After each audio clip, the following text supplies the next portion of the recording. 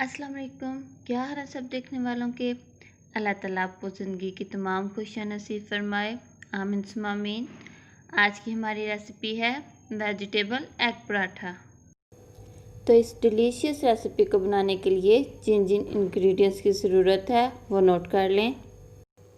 पराठा बनाने के लिए मेन इंग्रेडिएंट्स: आटा, 1 स्लाइस चीज़, नमक हस्बे ज़रूरत, काली मिर्च पाउडर हस्बे ज़रूरत, सब्ज़ मिर्चें कटी हुई 1 से 2 अदद,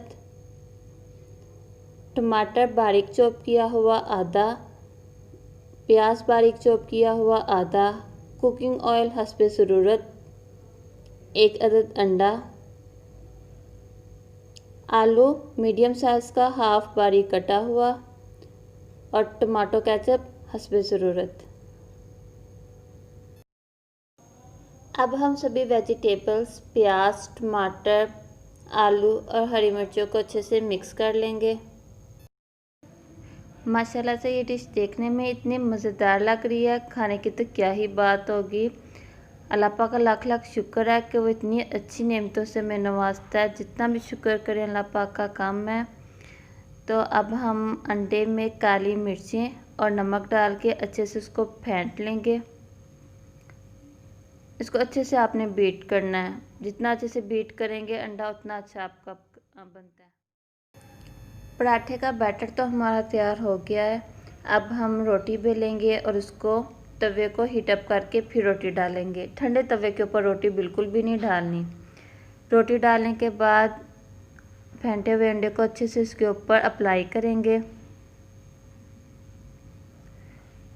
जो बच्चे बिल्कुल भी सब्जियां खाना पसंद नहीं करते या उनको लंच बॉक्स में कुछ स्पाइसी कुछ मज़े का डेली बेसिस पे चाहिए होता है, उन बच्चों के लिए टिफ़िन के लिए बहुत अच्छी आइटम है। एक दफ़ा ज़रूर ट्राई करिएगा अपने अपने घरों में और मुझे लाजमी बताइएगा कि आपको मेरी रेसिपी कैसी लगी। और अगर रेसिपी अच्छी लगे तो प्लीज़ मेरे चैनल को सब्सक्राइब करें, कमेंट करें।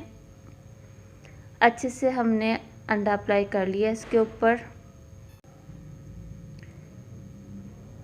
इसके बिल्कुल किनारों तक हमने अंडा लगाना, कहीं से भी हमने कोई भी हिस्सा इसका छोड़ना नहीं है, वो फिर सूखा सूखा अच्छा नहीं लगेगा। और जो हमने बैटर तैयार किया था इसका वेजिटेबल बैटर, वह अब हम इसकी एक साइड पर लगाएंगे। पूरे पराठे में हमने एक साथ नहीं डाल देना और इसकी साइड से हम एक लेयर को थोड़ा सा छोड़ेंगे जहाँ से हमने इसको बंद करना होता है।